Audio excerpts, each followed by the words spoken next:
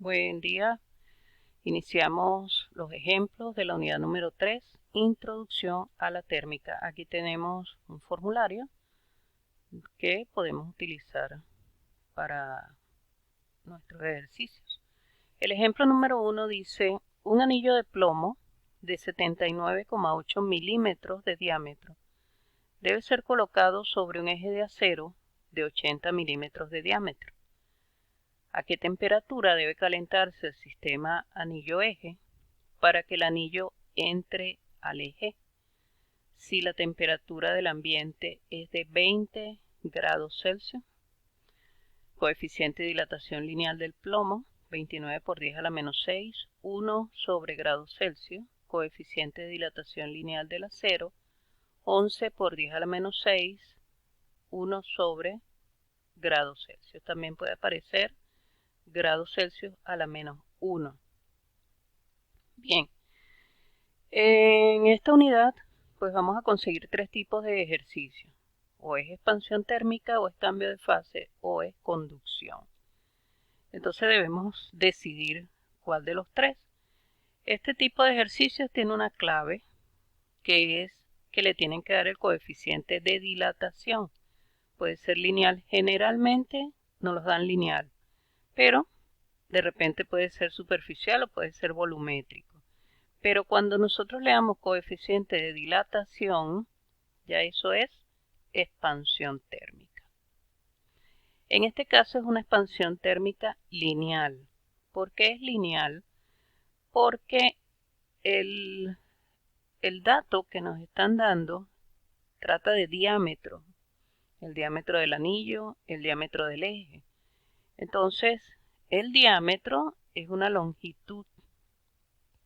Por lo tanto, están tomando solamente la característica diámetro, que es una longitud, de los dos cuerpos que están allí.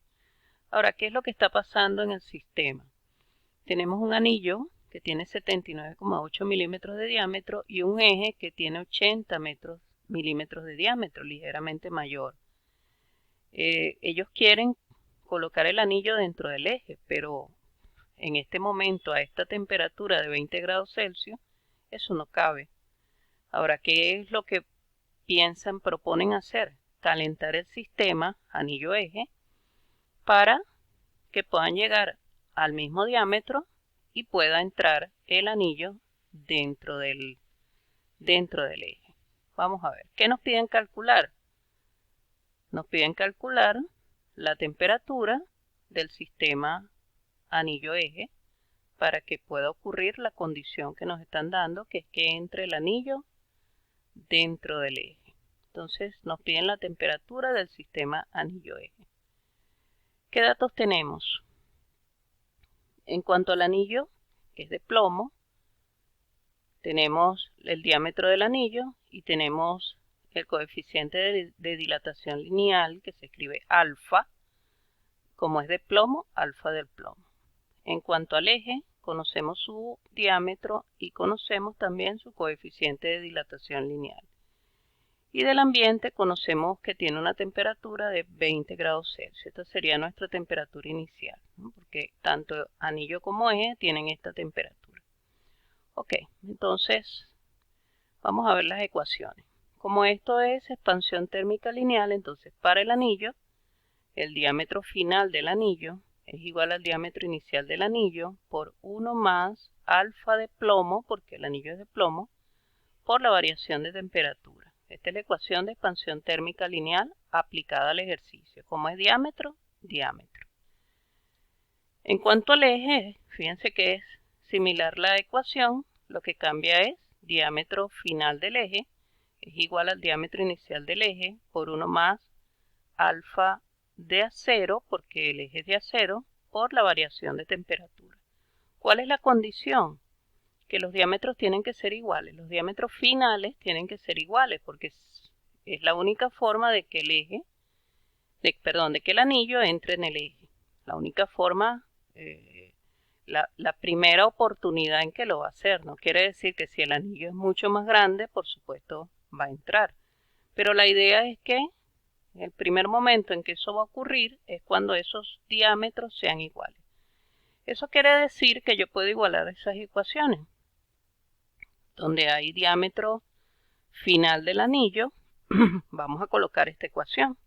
Y donde está diámetro final del eje, vamos a colocar esta ecuación. Esto es lo que está acá colocado. Esto es lo que tenemos. Vamos a expandirla. ¿Cómo la expandimos? Propiedad distributiva. Esto por 1 más esto por esto. ¿Qué es lo que aparece aquí? Esto por 1, esto por todo esto. ¿Qué es lo que aparece acá?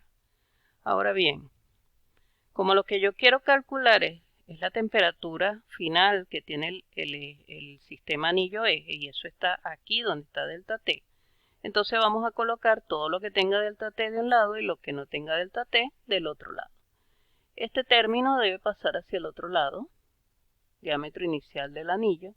Este se queda, aquí está. Este que no tiene delta T se queda, aquí está. Y este que sí tiene delta T lo vamos a pasar, está positivo, pasa negativo. Sacamos factor común delta T y esto entonces, esta resta pasaría dividiendo aquí a esto.